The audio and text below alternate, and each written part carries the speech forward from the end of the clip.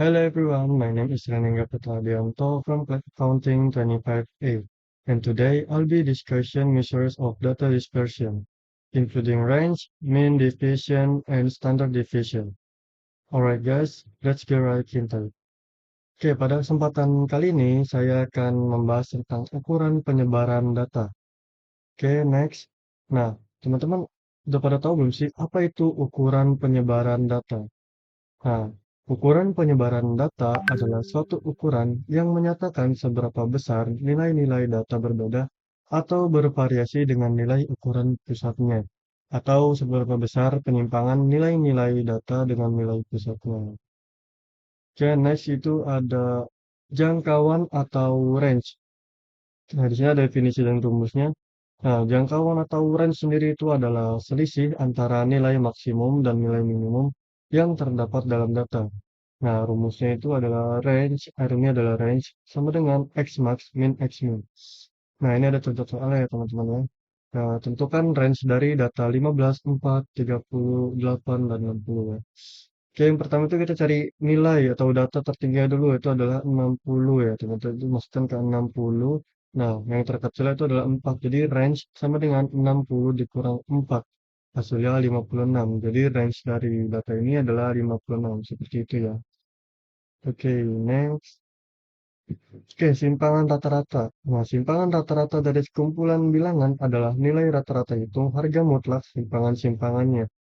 Oke, kita langsung ke rumus-rumus aja ya. Nah, rumus simpangan rata-rata. Nah, ini untuk data tunggal ya. Data tunggal. Nah, SR sama dengan sigma X min X bar dibagi N. Nah, SR itu adalah simpangan rata-rata, X itu adalah nilai data ke I. Nah, X bar itu rata-rata hitung ya. Nah, dan N itu ada banyaknya data. Langsung aja kita ke contoh soal ya, teman-teman. Contoh soal data tunggal.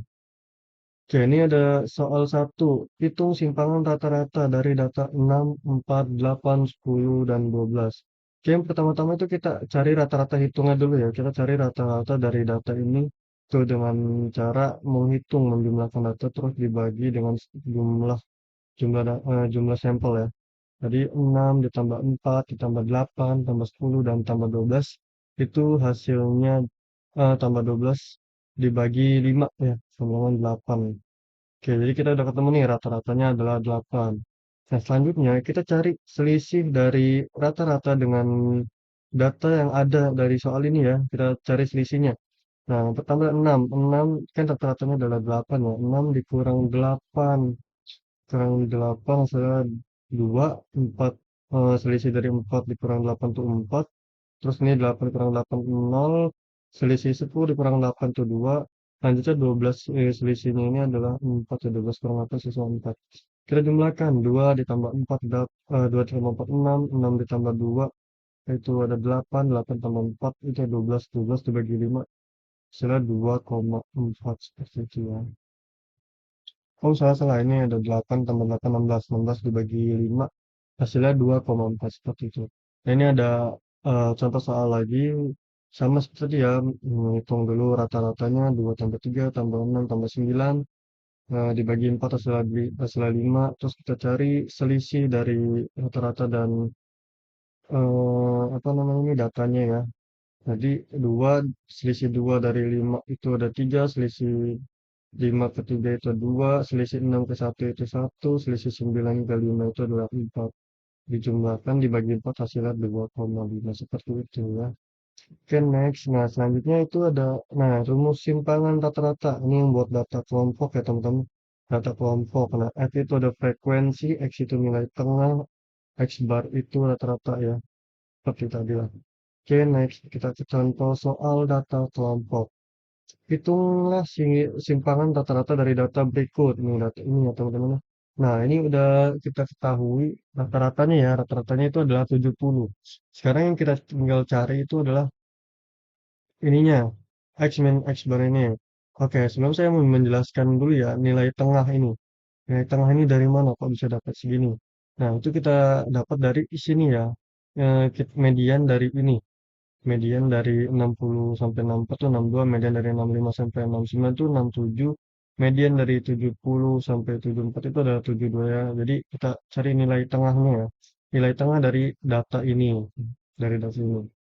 Oke, selanjutnya itu kita cari nih X min X bar. Nah, cara mencari ini itu adalah kita ini kan nilai tengahnya udah ketahui ya. Itu kita cari selisihnya sama seperti sebelumnya, cuman ini beda aja. Kita cari selisih ya 7 dikurang 62 itu 8, 67 dikurang 70 itu 3, 72 dikurang 70 itu 2, 77 dikurang 70 itu adalah 7. Seperti itu ya. Jadi cara mencarinya itu X min X bar. Jadi X ini nilai X yang dikurangi dengan rata-rata gitu seperti itu ya.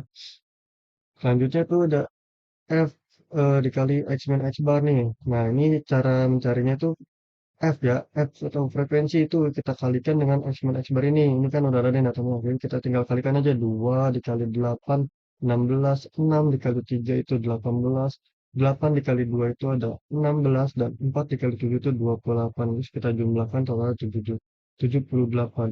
Lalu tinggal kita bagikan aja F dikali X min X bar ini kan hasil 78 kita bagi dengan frekuensinya, jumlah frekuensinya atau F-nya yaitu 20. Jadi 78 dibagi 20 hasilnya 3,9. Seperti itu. Oke, kita lanjut. Nah, sekarang ada simpangan baku ya teman-teman ya. Simpangan standar atau simpangan baku dari sekumpulan bilangan adalah akar dari jumlah deviasi kuadrat dari bilangan-bilangan tersebut dibagi dengan banyaknya bilangan atau akar dari rata-rata deviasi kuadrat. Nah, simpangan baku ini juga disebut juga sebagai standar deviasi.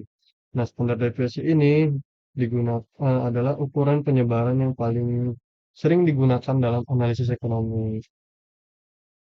Oke, next. Nah, ini ada rumus dari simpangan baku data tunggal ya. Uh, Yaitu S sama dengan akar X akar sigma X min X bar dikuadratkan ya. Lalu dibagi dengan N. Nah, ini ada langkah-langkahnya. Yang pertama itu kita cari rata-ratanya ini dulu. Kita cari X barnya. Lalu kita hitung selisih rata-rata ya. Kita hitung dari selisih setiap data dengan rata-rata ya. Nih, kita hitung selisihnya dulu semuanya, udah kita hitung, kita jumlahkan, lalu dikuadratkan. Sudah dikuadratkan, baru jumlah hasil kuadrat itu kita bagi dengan N ya. Sudah ketemu hasilnya, baru kita kuadratkan hasilnya. Ini kita ada contoh saja. Nah, contoh saya seperti ini. Data dari 2, 4, 6 ya. Datanya itu ada 2, 4, dan 6. Nah, ini rata-ratanya udah kita ketahui ya, rata-rata itu adalah 4. Lalu kita tinggal cari selisih dari setiap data dengan rata-rata ya. Jadi selisih 2 dan 4 itu adalah 2 ya. Ini 2, ini terus 0, ini 2 juga. Jadi tinggal kita kuadratkan. 2 dikali 2 itu adalah 4, 0-nya 0 ya, titik ya, 0 dikuadratkan dapat 0. 6 dikurang 4 itu dikuadratkan itu adalah hasil 4 kan 6 kurang 4 itu adalah 2. 2 kita kuadratkan hasil 4. Kita tambahkan 8. Lalu 8 ini kita bagi dengan jumlah sampelnya ya, atau N-nya. Nah, kita hitung di sini 1, 2, 3. Jadi 8 dibagi 3 hasilnya berapa kita kuadratkan. Lalu menghasilkan 1,63 seperti itu. Nah, ini ada contoh ya, tidak ada penyebaran data itu kalau nilai datanya itu adalah sama ya teman-teman. Jadi datanya itu 555 gitu kan, terus katanya juga 5, jadi 0 semua ya, jadi 0 dibagi 0 dan 0 gitu. Tidak ada penyebaran data, ini bisa juga ya, seperti ini. Jadi kalau misalnya ada data kita seperti ini, berarti tidak ada penyebaran data seperti itu. Oke, selanjutnya ada rumus simpangan baku atau data kelompok ya. Ini ada rumusnya sama seperti tadi ya, sigma. Kalau ini bedanya ada frekuensi ya, teman-teman, ada frekuensi. Jadi sigma F dikali X min X bar kuadrat dibagi sigma X ya.